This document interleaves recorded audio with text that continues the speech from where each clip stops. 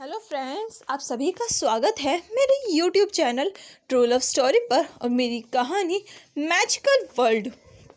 तो चलिए इसके नेक्स्ट पार्ट को शुरू करते हैं। जैसा कि हमने पिछले पार्ट में देखा था, कांग्से सेरन ने को पता चल गया था कि कोई आने वाला है, इसलिए उन्होंने विंग से कहा था कि जो न्यू पर्सन आएगा, न्यू बटलर आएगा, विंग उसका अच्छे से ख्याल रखेगा। और इसके लिए हमारा प्यारा सा विंग एग्री हो जाता है। अभी मॉर्निंग का टाइम था, सभी सर्वेंट्स अपने काम में लगे हुए थे। काम में वो कोई भी गलती नहीं कर रहे थे। आज उन्हें इंस्ट्रक्शन खुद कांग्से सेरन दे रही थी, क्योंकि बटलर लान कुरैन अब यहाँ पर नहीं थे, वो अपने होम टाउन के लिए जा चुके थे। इसीलिए कांग्से सेरन जब तक कोई न्यू बटलर नहीं आ जाता, जब तक लान कुरैन का वो फैमिली मेम्बर नहीं आ जाता, वो अभी ये काम सब कुछ खुद देखने वाली थी। कांग्से सेरन सभी को उनका काम अच्छे से समझाती हैं। सभी सर्वेंट्स अपने काम में लगे हुए थे। वो जाकर किचन में फूड रेडी करती हैं और फूड को डाइनिंग टेबल पर रखती हैं। थोड़ी ही देर में वे चांग से भी अपनी टाई ठीक करते हुए आकर अपनी चेयर पर बैठ जाते हैं और उसी के थोड़ी देर बाद विंग भी आराम से अपनी वॉक करते हुए अपनी चेयर पर आकर बैठ जाता है। वो तीनों साथ में अपना नाश्ता करते हैं। विंग जो कि अपना नाश्ता करता है और वो हर बार की तरह अपने खाने में सबसे ज़्यादा मीठा खाता है, क्योंकि विंग को स्वीट्स कुछ ज़्यादा ही पसंद थी। विंग स्वीट खाता है और फिर वो अपने स्कूल के लिए चला जाता है। कांग्से सेरन उसे ध्यान रखने के लिए कहती है और अच्छे से पढ़ाई करने के लिए, जिस पर विंग भी हाँ करता है। कांग्से सेरन विंग को जाते हुए देखती है, फिर वी चांग से भी अपनी वाइफ के चिक्स पर किस करके वहाँ से चले जाते हैं। कांग्से सेरन के चेहरे पर एक प्यारी सी स्माइल थी और वो अब बाकी काम देखती हैं। वो वेट कर रही थी। अभी 12 बज चुके थे दोपहर के और वो दरवाजे की तरफ देखती हैं। तभी दरवाजे पर रिंग होती है और ये सुनकर कांग्से सेरन चलकर आराम से दरवाजे के पास आती है। कोई बार बार डोरबेल बजाया जा रहा था। ये देखकर कांग्से सेरन का दिमाग खराब हो गया था। आखिर कौन है जो इस तरीके की हरकतें कर रहा है। कांग्से सेरन दरवाज़ा खोलकर बिना देखे ही कहती है, कौन हो और इस तरीके से क्यों रिंग बेल कर रहे हो। मैं दरवाज़ा खोल रही हूँ ना, एक बार ही रिंग बेल करने के लिए होती है, बार बार कौन बजाता है। कांग्से सेरन जो कि बिना देखे चिल्ला देती है। तभी सामने से बहुत प्यारी और मीठी आवाज़ आती है, आई एम सॉरी। और ये सुनकर कांग्से सेरन सामने देखती हैं, जहाँ उनकी नज़र एक पर्सन पर पड़ती है जिसने वाइट कलर का अटायर कैरी कर रखा था। उसके हाथ में वाइट कलर का बैग था, जो कि उसका सूटकेस था, जिसमें उसने अपने शायद सामान रखा हुआ था। और वहीं कांग्से सेरन उस पर्सन को ऊपर से नीचे तक देखती है, जहाँ उस पर्सन के लॉन्ग हेयर थे जो कि उसकी वेस्ट तक आ रहे थे। वहीं उस पर्सन की आइज़ जो कि ओशियन ब्लू कलर की थी, बिल्कुल समंदर की तरह। उसकी आंखें इतनी खूबसूरत थी कि एक पल के लिए तो कांग्से सेरन भी उसकी आंखों में सिर्फ देखती ही रह गई। वो पर्सन बार बार अपनी लॉन्ग आईलैशेस चपका कर कांग्से सेरन की आंखों में देख रहा था। कांग्से सेरन के रेड ब्लड आइज उस पर्सन को घूरे जा रही थी। तभी वो पर्सन अपने आप को उनके सामने ग्रीट करता है, जो देखकर कांग्से सेरन कहते, तुम कौन हो। जो सुनकर वो पर्सन कांग्से सेरन की तरफ एक लेटर देता है। कांग्से सेरन को कुछ समझ में नहीं आता। वो उस लेटर को खोलती है, जो कि और किसी का नहीं, लान कुरैन का था, जहाँ उन्होंने लिखा था कि वो अपने नेफ्यू को यहाँ भेज रहे हैं। और ये पढ़कर कांग्से सेरन कहती है, तो तुम लान कुरैन के नेफ्यू हो। जिस पर वो पर्सन कहता है, मैं उनका नेफ्यू हूँ। और ये सुनकर कांग्से सेरन कहते हैं, ठीक है, अंदर आओ। जो सुनकर वो पर्सन अंदर आता है। उस पर्सन के हेयर जो कि वाइट कलर के थे और वो भी बहुत खूबसूरत लग रहे थे। वो बिल्कुल किसी मून प्रिंस की तरह लग रहा था। पर्सन कांग्से सेरन के सामने खड़ा था। उसकी एज ज़्यादा नहीं, बस 19 साल की थी। वो पर्सन कांग्से सेरन की आंखों में देखते हुए कहता है, माय लेडी। जो सुनकर कांग्से सेरन कहते हैं, तुम मुझे आंट बुला सकते हो। जो सुनकर वो पर्सन कहता है, जी नहीं, मैं आपके यहाँ काम करने वाला हूँ और इसीलिए मैं आपको माय लेडी ही बुलाऊंगा, जिस तरीके से मेरे अंकल बुलाते थे। और ये सुनकर कांग्से सेरन कहते हैं, ठीक है, वैसे तुम्हारा नाम क्या है, तुमने अपना इंट्रोडक्शन नहीं दिया। जो सुनकर वो पर्सन कांग्से सेरन को ग्रीट करते हुए कहता है, मेरा ग्रीट एक्सेप्ट कीजिए, मेरा नाम लान शिचैन है। और ये बोलकर वो कांग्से सेरन को ग्रीट करता है। और ये देखकर कांग से सैरन कहते हैं लान शिचैन, जिस पर वो पर्सन हाँ में सर हिलाता है।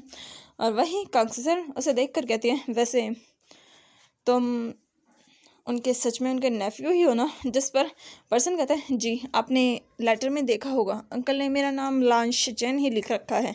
ये सुनकर कांग से सैरन कहती है हाँ लान शिचैन।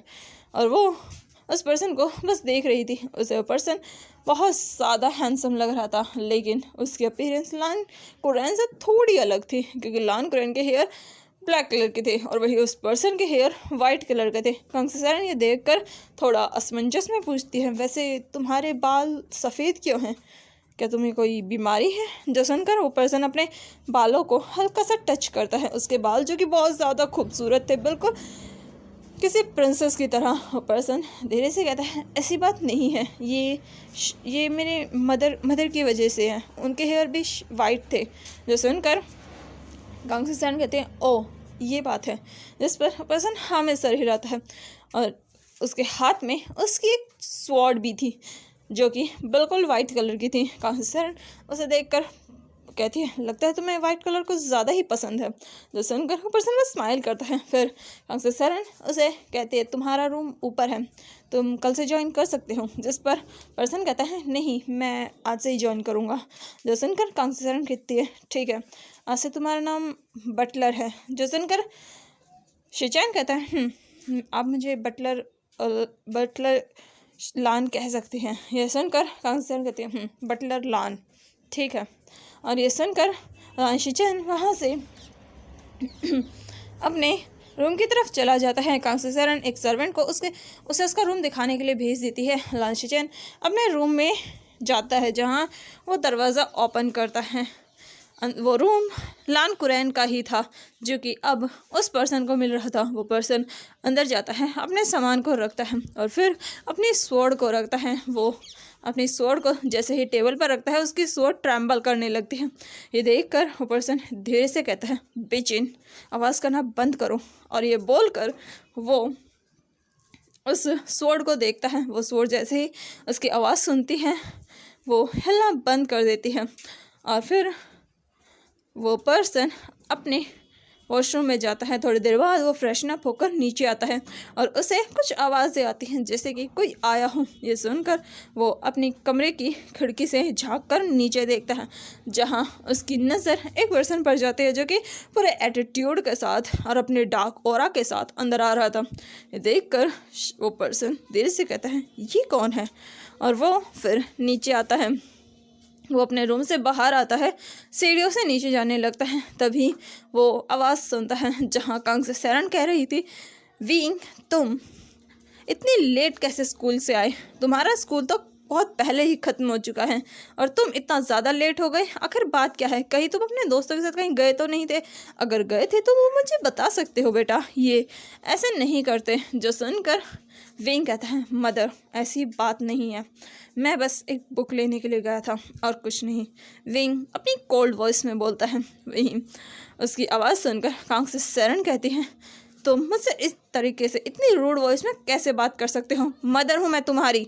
जो सुनकर विंग कहता है ठीक है मदर।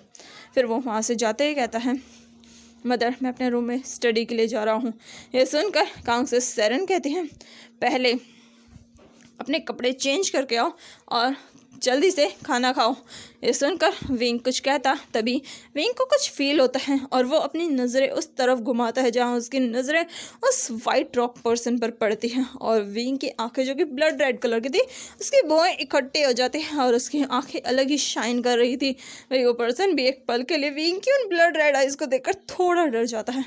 कांग से सैरन की आंखों से उसे इतना डर नहीं लगा जितना डर उसे इस पर्सन की उन आंखों से लग रहा था। ये पर्सन उससे एज में छोटा था, लेकिन इसका ऑरा उससे ज़्यादा डेंजरस लग रहा था।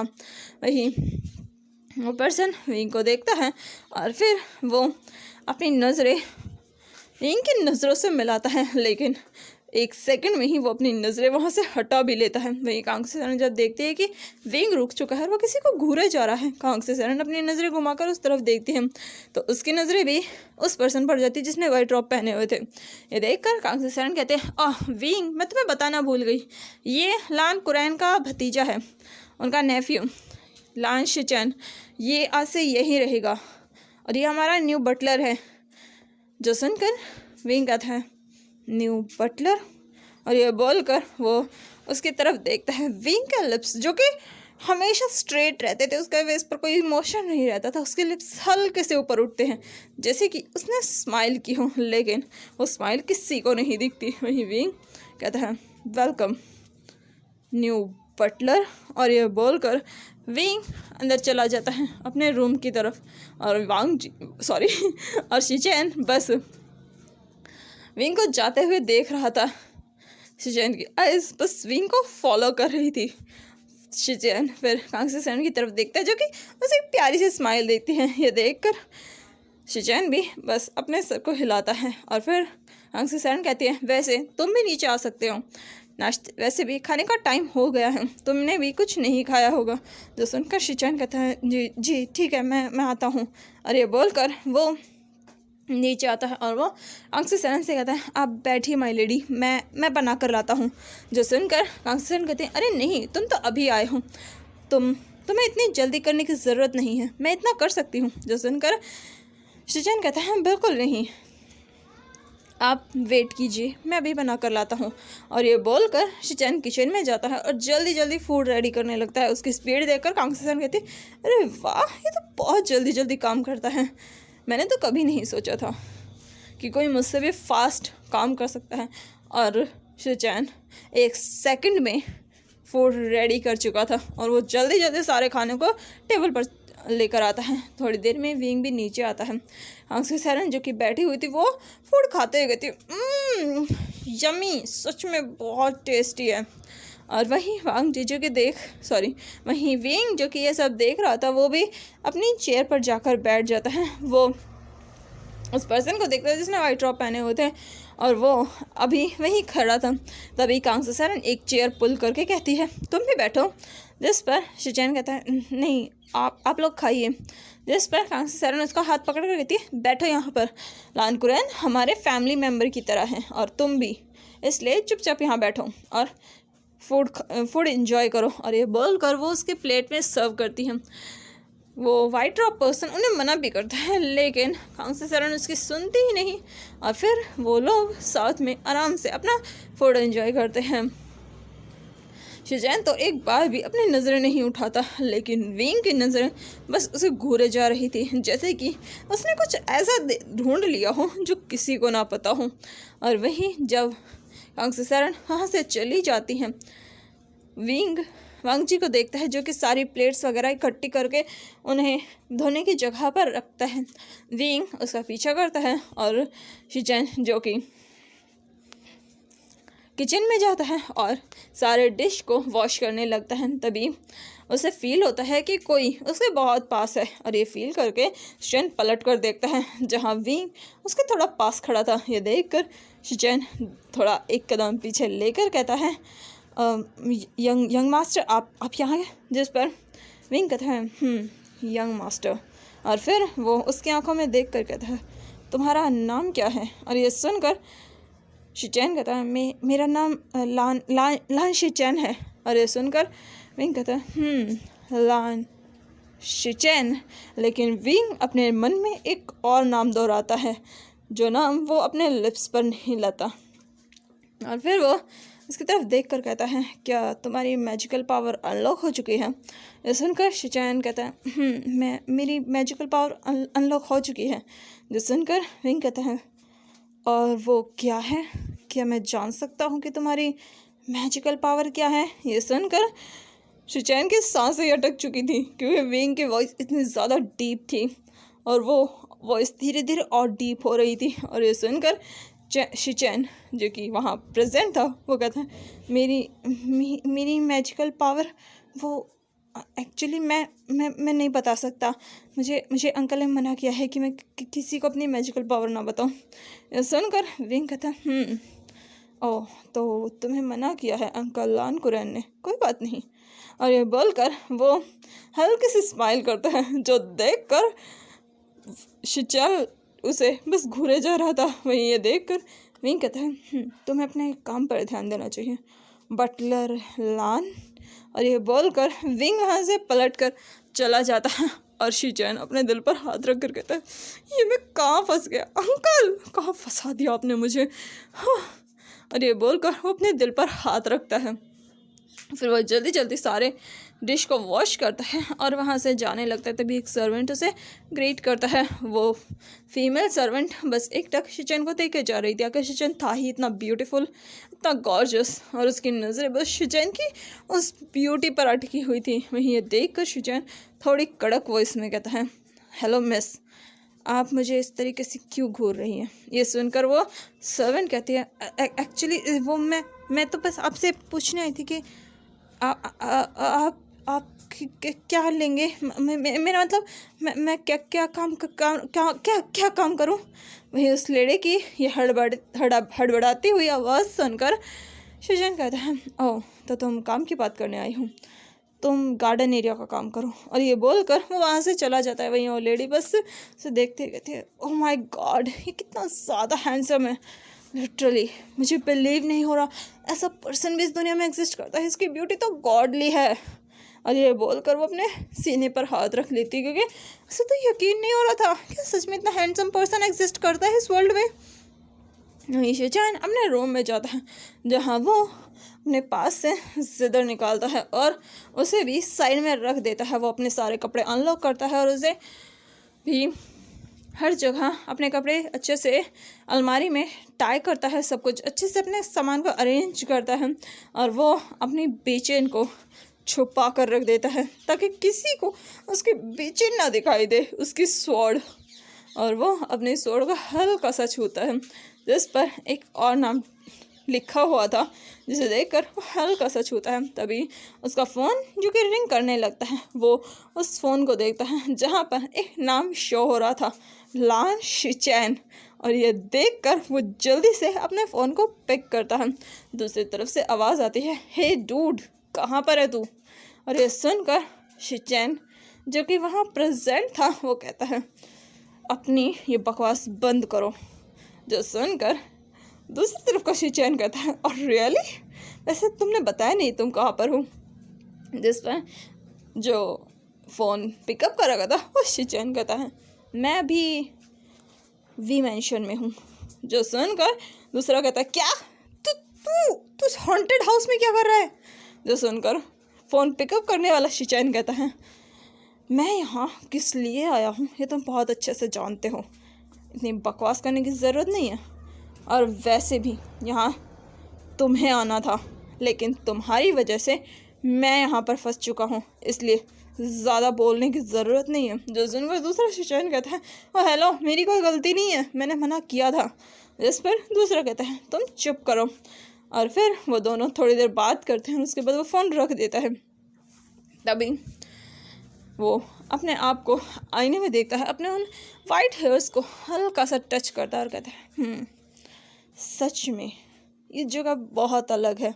मैंने सोचा नहीं था कि मैं यहाँ आऊँगा, लेकिन अनफॉर्चुनेटली मुझे यहाँ आना पड़ा।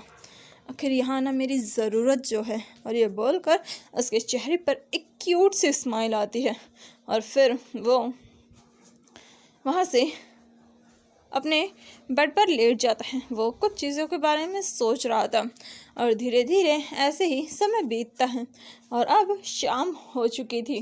कांग से सेरन और उनके साथ शिचैन मिलकर फूड रेडी कर रहा था। बटलर लान फूड रेडी कर रहे थे। वो दोनों जल्दी से खाना बनाते हैं। थोड़ी ही देर में कार की आवाज़ आती है। ये देखकर कांग से सेरन कहती है, मैं जाकर देखती हूँ, लगता है ये चांग से आ चुके हैं। ये सुनकर बटलर लान कहते हैं, ठीक है। और फिर वो अपने काम में लग जाते हैं। वहीं विंग जो कि अपनी स्टडी कर चुका था और वो अभी सोफे पर बैठा था। ये देखकर कांग से सेरन कहते हैं, आज तो कमाल हो गया, मेरा बेटा जो हमेशा अपने रूम में खुद को लॉक करके रखता है वो आज यहाँ पर बैठकर टीवी देख रहा है। कितनी बड़ी और मज़ेदार बात है। तभी वहाँ पर विचांग से आते हैं, कहते हैं, कांग से कौन सी बड़ी और मज़ेदार बात है, ज़रा मुझे भी बताओ। जो सुनकर कांग से सेरन कहती है, कुछ नहीं, आज तुम्हारा बेटा देखो टीवी देख रहा है। ये सुनकर विचांग से कहते हैं ये तो थोड़ा अनएक्सपेक्टेड चेंज है। ये सुनकर कांग से सैरन कहते हैं थोड़ा है तो सही। और फिर विचांग से वहाँ से अपने रूम में जाते हैं। थोड़ी देर में वो भी कपड़े चेंज करके नीचे आते हैं। फिर वो सब डाइनिंग टेबल पर बैठ जाते हैं। तभी कांग से सैरन कहते हैं बटलर लान जल्दी से फूड लेकर आइए। और ये सुनकर विंग और विचांग से उस तरफ देखते हैं जहाँ पर वही वाइट रॉक पर्सन आता है। अभी उसने अपने वाइट रॉक ही पहने हुए थे, जिसे देखकर विचांग से भी कुछ पलों के लिए वहीं रुक जाते हैं। तभी कांग से सैरन कहते हैं वैसे मैंने आपको बताया नहीं, ये लान शिचैन है जो कि लान कुरैन का नेफ्यू है। जो सुनकर विचांग से कहते हैं उन्होंने बताया था एक बार कि उनका एक नेफ्यू है, उनका वन एंड ओनली नेफ्यू लान शिचैन। और यह सुनकर कांग से सैरन कहती हैं हाँ, ये उनका वही नेफ्यू है, उनके भाई का एक लौता बेटा लान शिचैन। जो सुनकर विचांग से कहते हैं ओ तो ये यहाँ, जिस पर कांग से सैरन कहते हैं हाँ, ये यहाँ अब से यही पर काम करेगा जब तक लान कुरैन की कंडीशन ठीक नहीं हो जाती। जो सुनकर विचांग से कहते हैं ठीक है। फिर लान शिचैन जो कि बटलर लान थे वो जल्दी जल्दी सारा फूड टेबल पर रखवाते हैं और फिर सभी को फूड सर्व करते हैं। कांग से सैरन सब कुछ देखकर कहती है तुमने तो बहुत जल्दी काम सीख लिया। जो सुनकर बटलर लान हमें सर हिलाते हैं और फिर वो सब आराम से अपना फूड एंजॉय करते हैं। विचांग से जो कि फूड खा रहे थे वो कहते हैं खाना सच में अच्छा बना है। जो सुनकर कांग से सैरन कहती है इसके हाथ में है ही जादू, इतना अच्छा खाना जो बनाता है। वहीं विंग जो कि खाना खा रहा था वो मीठा खाता है और उसे हमेशा की तरह मीठा बहुत पसंद आता है। और विंग अपना मीठा अपना केक वगैरह एंजॉय कर रहा था। फिर वो सब अपना आराम से डिनर कंप्लीट करते हैं और उसके बाद कांग से सैरन कहते हैं वैसे अगर तुम चाहो तो अपनी स्टडी कंटिन्यू कर सकते हो। जो सुनकर लान शिचैन जो कि बटलर लान थे वो कहते हैं कोई बात नहीं आंटी, अगर ये पॉसिबल नहीं हुआ तो कोई बात नहीं, मैं हैंडल कर लूँगा। जो सुनकर कांग से सैरन कहती हैं लेकिन फिर भी अगर तुम पढ़ना चाहो तो तुम पढ़ सकते हो, इसमें कोई बड़ी बात नहीं है। जो सुनकर बटलर लान कहते हैं ठीक है, अगर हो सके तो मैं ज़रूर अपनी स्टडी करूँगा। और ये बोलकर वो बस कांग से सैरन को देखकर एक स्माइल देते हैं और ये देखकर कांग से सैरन भी स्माइल करती है। फिर वो लोग वहाँ से चले जाते हैं। वही विंग जो कि वहीं रुका हुआ था और फिर वो देखता है कि उसकी मदर फादर वहाँ से जा चुके हैं। ये देखकर वो बटलर लान के पास आकर कहता है बटलर लान वैसे आप स्टडी करना चाहते हैं? ये सुनकर अंग जी कहते हैं सॉरी लेकिन मुझे इतना इंटरेस्ट नहीं है स्टडी में। और ये सुनकर विंग कहता है ओ मुझे आइडिया नहीं था कि आपको स्टडी करना इतना नापसंद होगा। जो सुनकर बटलर लान विंग के आंखों में देखते हैं जहाँ उसकी ब्लड रेड आइज बस बटलर लान को घूरे जा रही थी। ये देखकर बटलर लान उसे अपनी उन ओशियन ब्लू आइज को हटा लेते हैं। जो देखकर विंग कहता है वैसे आपकी आंखें बहुत खूबसूरत हैं, इन्हें देखकर मेरा मन करता है कि मैं अपनी 2 उंगलियां डालकर इन्हें बाहर निकाल लूं। और ये सुनते ही लान शिचैन जो कि बटलर लान थे वो अपनी आंखें और बड़ी करके विंग को घूरने लगते हैं। ये देखकर विंग हल्का सा स्माइल करता है और कहता है सच में मेरा मन करता है कि मैं अपनी 2 उंगलियां डालकर इन्हें बाहर निकाल लूं और फिर इन्हें एक एक करके खा जाऊं। आखिर ये इतनी टेस्टी जो दिखती है। और ये सुनकर बटलर लान की तो सांसें ही अटक चुकी थी, ये क्या इंसान है, ये उसकी आंखें निकाल कर खाने की बात कर रहा है। तभी विंग कहता है ओह लगता है मैंने आपको थोड़ा डरा दिया, लेकिन ये चीज़ आपको यहाँ आने से पहले सोचनी चाहिए थी, आखिर वी इतने नॉर्मल जो नहीं है। सुनकर बटलर लान कहते हैं ओके यंग मास्टर आपको जाना चाहिए, आपको सुबह स्कूल जाना है। यह सुनकर विंग कहता हाँ मुझे स्कूल तो जाना है, लेकिन सोचा आपके साथ थोड़ी बातें कर लूँ, आखिर आप यहाँ आए हैं और मदर ने कहा है कि मैं आपका अच्छे से ख्याल रखूँ, तो मेरा फ़र्ज़ बनता है कि मैं आपका अच्छे से ख्याल रखूँ। अगर आपको कोई भी प्रॉब्लम हो आप मुझे बता सकते हैं। विदाउट एनी डाउट मैं हमेशा आपकी हेल्प करूँगा। और ये सुनकर बटलर लान बस सर को हिला देते हैं, जो देखकर वेइंग अपने हाथ को उठाकर उसके शोल्डर्स को टच करता है, उसे पेट करके कहता है ध्यान रखना। और ये सुनकर शिचेन अपनी आंखें खोलकर वेइंग को देख रहा था, जो कि वहाँ से चला जाता है। और ये देखकर वो अपने आप को संभालते हुए कहता है बस थोड़ी देर और फिर मैं यहाँ से चला जाऊँगा, बस कुछ दिन और यह बोलकर वो खुद को दिलासा देता है और फिर सारे काम को अच्छे से करवाता है, सब कुछ क्लीन करता है और फिर अपने रूम में चला जाता है। वो अपने रूम में जाकर अपने बेड पर लेट जाता है और आज के बारे में सोचने लगता है कि वो कैसे यहाँ आया और उसका आज का दिन कैसे गया। वो एक डायरी निकालता है, उसमें सब कुछ लिखने लगता है कि आखिर उसके साथ क्या क्या हुआ, बहुत कुछ। वो फिर अपने उस डायरी को बंद करता है, तभी उसे कुछ आवाज़ आती है, खोलो, निकालो इसे। अरे सुनकर वो जाकर उस दरवाजे को खोलता है, जहाँ उसके कबर्ड से यानी कि उसके अलमारी से 2 पर्सन बाहर निकलते हैं, जिन्हें देखकर शिचेन कहते हैं तुम दोनों बाहर कैसे आए, अंदर जाओ। जो सुनकर वो कहते हैं हाँ हम यहीं ठीक हैं। और फिर वो उसे देखते हैं, ये और कुछ नहीं बल्कि 2 डॉल्स थी जो कि बोल सकती थी। और ये देखकर शिचेन कहता है लगता है मैंने तुम दोनों को यहाँ लाकर गलती कर दी है, मुझे तुम दोनों को यहाँ लाना ही नहीं चाहिए था। जो सुनकर वो डॉल्स कहते हैं हे ऐसी बात मत करो, तुमने बस हमारी हेल्प की है और हमने भी तो तुम्हारी हेल्प की है, वरना तुम मुसीबत में फंस जाते हैं। जो सुनकर वो उन्हें घूर कर देखता है, जो देखकर वो डॉल्स कहते हैं अब हमें ऐसा घूरना बंद करो। तभी शिचेन बेचैन निकालता है, अपने स्वर निकालता है और उस डॉल की तरफ करके कहता है क्या बकवास कर रही हूँ, अगर तुमने अब ज़्यादा कुछ किया तो मैं तुम्हें यहीं कई टुकड़ों में काट सकता हूँ। और ये सुनकर वो डॉल थोड़ा सा घबरा कर कहते अच्छा ठीक है, मैं तो बस मजाक कर रही थी। फिर वो उसे देख कर कहती है वैसे अगर तुम चाहो तो हम तुम्हारी हेल्प कर सकते हैं। जो सुनकर बटलर लान कहते हैं मुझे तुम्हारी कोई ज़रूरत नहीं है और मैं कल ही तुम लोगों को यहाँ से बाहर छोड़ दूँगा, वैसे भी तुम दोनों डॉल्स बेकार हो। ये सुनकर वो दोनों डॉल्स कहते हैं हम इतने भी बुरे नहीं हैं। जो सुनकर बटलर लान कहते हैं तुम दोनों ऐसी ही हो और फिर वो उन्हें उनकी गर्दन से पकड़कर वापस अलमारी में डाल देता है और फिर उन्हें बंद कर देता है।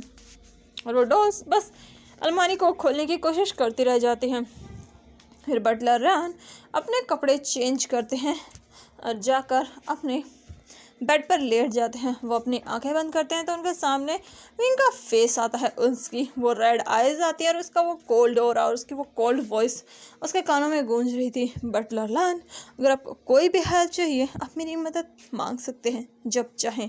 और ये सब याद करके बटलर लान अपने सीने पर हाथ रखकर कहते हैं सच में मैंने आज तक कभी किसी बच्चे की इस तरीके की आइज़ नहीं देखी। और ये बोलकर वो गहरी सांस लेता है और फिर अपने फेस को दूसरी तरफ टर्न कर लेता है और फिर अपनी आंखें बंद कर लेता है।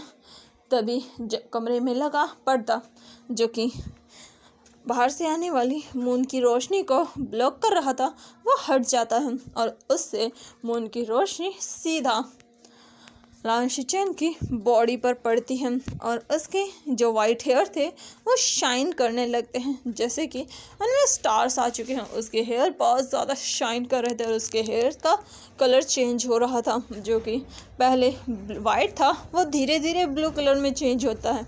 उसके हेयर का कलर भी उसकी आंखों की तरह ओशियन ब्लू हो जाता है और उसके हेयर ओशियन ब्लू होकर वहीं बिखर जाते हैं। उसके हेयर और भी लेंथी होते जा रहे थे। तभी शिचेन एक झटके से अपनी आंखें खोलता है, उसकी ओशियन ब्लू आइज़ भी शाइन कर रही थी और फिर वो अपने उन हेयर की तरफ देखता है जो कि ब्लू कलर के थे और पूरे बेड पर बुरी तरीके से बिखरे हुए थे जैसे कि रुपांजल के बाल हो।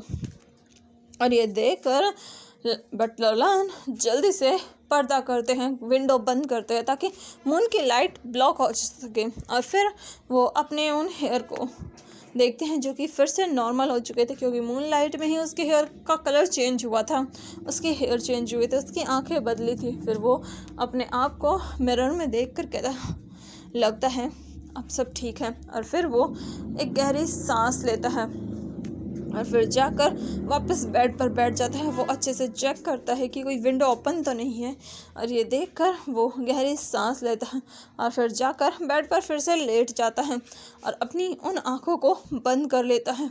वो किसी गहरी नींद में चला जाता है। और वहीं दूसरी तरफ विंग, जो कि अपने रूम में बेड पर बैठा हुआ था और वो एक बुक को पढ़ रहा था जो उसके स्कूल की ही थी, वो उस बुक को पढ़ता है और फिर उसे बंद करके रख देता है। विंग अपने बेड से उठता है और सीधा विंडो के पास जाता है। वो विंडो से मून को देखने लगता है। मून जो कि वाइट कलर का था और लोगों को शांति दे रहा था। विंग की आइज जो कि ब्लड रेड कलर की थी, वो उस मून को बस देखी जा रही थी। विंग अपनी आंखें बंद करता है तो उसके सामने वही ओशन ब्लू आइज आती है और ये फील करके विंग के होठों पर के किनारे फिर से ऊपर की तरफ मुड़ जाते हैं। उसके चेहरे पर फिर से वही स्माइल थी और विंग अपने मन में कहता है लंच चैन क्या मजाक है। और ये बोलकर विंग हल्का सा हंसता है और वो फिर उस मून को देखकर कहता है कब तक रहेगा ये लाश चैन यहाँ पर।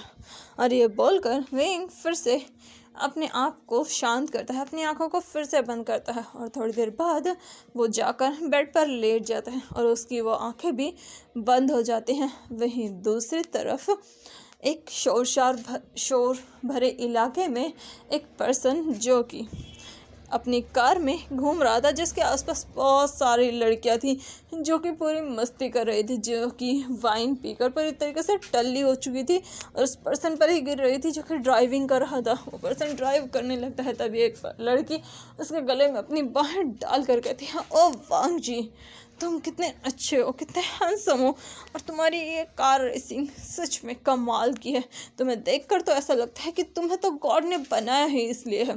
जो सुनकर वांग जी विंग करके कहता है और रियली बेबी, मुझे नहीं पता था कि तुम्हें मेरी कार रेसिंग इतनी ज़्यादा पसंद है। और ये बोलकर वांग जी और भी स्पीड से कार ड्राइव करने लगता है। वहीं वो लड़की ज़ोर से उसका नाम चिल्लाती है वांग जी। और ये बोलकर वो ज़ोर से हंसने लगती हैं। वांग जी के साथ और भी ज़्यादा लड़कियां थी। वांग जी जिसने ब्लैक कलर का लेदर का जैकेट पहना हुआ था, उसके नीचे उसने ब्लड रेड कलर की शर्ट पहनी हुई थी, ब्लैक कलर की पैंट पहनी हुई थी। वो बहुत ज़्यादा हैंडसम लग रहा था और बिल्कुल किसी गैंगस्टर की तरह लग रहा था। उसने अपने फिंगर्स में बहुत सारी रिंग पहनी हुई थी और उसके हाथ पर एक टैटू लगा हुआ था जिस पर लिखा हुआ था XLX। और वो उस टैटू को देखकर उसे छूते हुए कहता है लान वांग जी सच में ये आइडेंटिटी बहुत ज़्यादा मज़ेदार है। और ये बोलकर वो और ज़ोर से हंसता है और फिर अपनी कार को फिर से और भी स्पीड में ड्राइव करने लगता है। उसकी कार हवा से बातें कर रही थी। वो अपनी कार को चला रहा था, लेकिन फिर अचानक वो अपनी कार को एक ब्रेक के साथ रोक देता है, क्योंकि उसके सामने एक पर्सन खड़ा था जो कि अभी पुलिस यूनिफॉर्म में था। और उसे देखकर वो पर्सन जो कि कार में बैठा हुआ था लान वांग जी कहता है ओ शिट, लग गई वाट। फिर वो उन लड़कियों की तरफ देखकर कहता है गर्ल्स। और ये सुनते ही वो लड़के कहते हैं यस बेबी। जिस पर वांग जी कहता है तुम्हें वो पुलिस कार दिख रही है बेबी। जो सुनकर वो गर्ल्स कहती है ऑफ कोर्स हमें दिख रही है। जो सुनकर वांग जी बड़े स्टाइल में कहता है अटैक करो उस पर। और ये सुनते ही वो गर्ल्स बिना कुछ सोचे समझे सीधा पास से, जो कि कार में जितनी भी वाइन की बॉटल्स रखी हुई थी जो कि खाली हो चुकी थी, कुछ में वाइन थी, उन्हें उठाती और सीधा उस कार पर थ्रो कर देती है, उस पुलिस कार पर। और यह देखकर उस कार से किसी की गुस्से से भरी बिल्कुल किसी लायन की तरह आवाज़ आती है हाँ तुम्हारी हिम्मत कैसे हुई एलेक्स, तुमने मेरी कार पर वाइन की बोतल से अटैक कराया। लगता है आज तुम फिर से जेल में जाना चाहते हो। और ये सुनकर एलेक्स कहता है, ओ एंग्री बर्ड, लगता है तुम फिर से एंग्री हो गए। और ये बोलकर वो जैसे अपनी कार को वापस टर्न करने लगता है, बैक करने लगता है, तभी एक चेन जो कि लोहे की थी, काफ़ी मजबूत थी, वो सीधा उसकी कार में लगती है। और ये देख कर एलेक्स जोर से चिल्ला कर कहता है, तुम मेरी कार का नुकसान नहीं कर सकते। जो सुनकर वो पुलिस कार से एक बहुत ही हैंडसम और यंग पुलिसमैन बाहर आता है, जिसने अपनी कॉलर को, अपने पूरे अटायर को बहुत अच्छे से सेट कर रखा था और वो बहुत ज़्यादा चार्मिंग लग रहा था। उसे देखकर एलेक्स कहता है, ओ जांग चेन आचिंग, तुम फिर से, और ये क्या बिहेवियर है? आखिर तुम मेरी कार का क्यों नुकसान करना चाहते हो? क्या तुम चाहते हो कि तुम अपने हस्बैंड की कार का मर्डर कर दो? और ये सुनकर जांग चेन कहता है, एलेक्स हद में रहो। और ये सुनकर एलेक्स कहता है, बेबी तुम मुझे हद सिखा रहे हो। और ये बोलकर वो जांग चेन की तरफ विंग करता है। ये देखकर जांग चेन गुस्से से कहता है, आज मैं इस इंसान का मर्डर कर दूंगा। तभी जांग चेन के पास का डोर खोलता है और उससे एक पर्सन बाहर आते हुए कहता है, आचिंग गुस्सा मत करो, वो सिर्फ तुम्हें उकसा रहा है। और ये सुनकर आचिंग कहता है, उकसा रहा है? अगर मेरा मन करे, अगर मेरा बस चलता तो मैं बहुत पहले ही इस पर्सन का मर्डर कर चुका होता। जो सुनकर वो पर्सन कहता है, मर्डर नहीं, पुलिस वाले मर्डर नहीं करते, तुम इसका एनकाउंटर कर सकते हो। और ये सुनकर आचिंग कहता है, बकवास बंद करो। और फिर वो आगे जानता है और उन लड़कियों को एक एक पकड़कर एलेक्स से दूर करता है। और एलेक्स जो कि आराम से पूरी कार की सीट पर आराम से लेटा हुआ था और आचिंग की सारी हरकतें देख रहा था, कहता, ओह माय गॉड, लगता है मेरे एंग्री किटन को गुस्सा आ गया। और वहीं जांग चेन सारी लड़कियों को उसे दूर करता है, एलेक्स को उसके जैकेट के कॉलर से पकड़ता है और उसे उस कार से घसीटते हुए बाहर लेकर आता है और सीधा पुलिस कार में की बैक सीट पर धकेल देता है। ये देखकर एलेक्स चिल्लाकर कहता है, आउच मेरी कमर बेबी, क्या कर रहे हो? अगर तुम मेरी कमर को तोड़ दोगे तो तुम्हें बेड पर सेटिस्फाई कौन करेगा? और ये सुनते ही जो दूसरा पुलिस वाला था वो अपना मुंह दूसरी तरफ टर्न करके कहता है, ये सच में बहुत बेशरम है। तभी जांग चेन अपने पैर को उसके दोनों पैरों के बीच रख कर कहता है, अगर तुमने अपना माउथ बंद नहीं किया ना तो आई प्रॉमिस मैं तुम्हें कुछ करने लायक नहीं छोड़ूंगा। और ये सुनकर एलेक्स कहता है, अभी भी ऐसा मत करो। और ये सुनकर जांग चेन गुस्से से किसी एंग्री बर्ड की तरह बहुत गुस्से से उस पर शाउट करता है। और ये देखकर एलेक्स कहता है, अच्छा ठीक है डार्लिंग, तुम कहते हो तो मैं कुछ नहीं करता। और ये सुनकर जांग चेन पीछे बैठ जाता है। ये देखकर वो पुलिस वाला कहता है, इसके साथ मत बैठ वरना ये पक्का तुझे पुलिस स्टेशन पहुंचने तक चिकन बना देगा। और मैं अपनी प्योर आइज से कुछ भी अनएक्सपेक्टेड चीज़ नहीं देखना चाहता जो मुझे नहीं देखनी चाहिए। ये सुनकर एलेक्स कहता है, ऐसे मत करो, तुम्हें एक्सपीरियंस हो जाएगा। और ये बोलकर वो उसकी तरफ विंग करता है। ये देखकर वो पुलिस वाला कहता है, एक बात बताओ, तू इस इडियट को कहाँ से पकड़ के लाया है? जो सुनकर जांग चेन गहरी सांस लेकर कहता है, मैंने इससे शादी इसलिए की थी क्योंकि इसकी फैमिली बहुत अच्छी थी, बिल्कुल साधुओं की फैमिली थी, लेकिन उस साधुओं की फैमिली में पता नहीं ये शैतान कहाँ से घुस गया। अरे सुनकर एलेक्स अपने बालों में अपने हाथों को फिराते हुए कहता है, ओ बेबी, किसी के आउटर अपीयरेंस को देखकर उसे कभी जज नहीं करना चाहिए। तुम्हें पता नहीं मैं क्या हूँ, और वैसे भी मैं तो तुम्हें अपनी वेडिंग नाइट को ही प्रूव कर चुका था कि मैं क्या हूँ। ये सुनकर जांग चेन कहता है, ओह एलेक्स, अगर तुम अभी चुप नहीं हुए ना तो पक्का पुलिस स्टेशन से पहुंचने तक मैं तुम्हें गंजा कर दूंगा। जो सुनकर एलेक्स कहता है, बेबी तुम मुझे गंजा ना करो तो कुछ और कर सकते हैं हम, तुम मुझे अनरेस्ट कर सकते हो, मेरे बालों को छोड़कर मेरे कपड़े खींच सकते हो।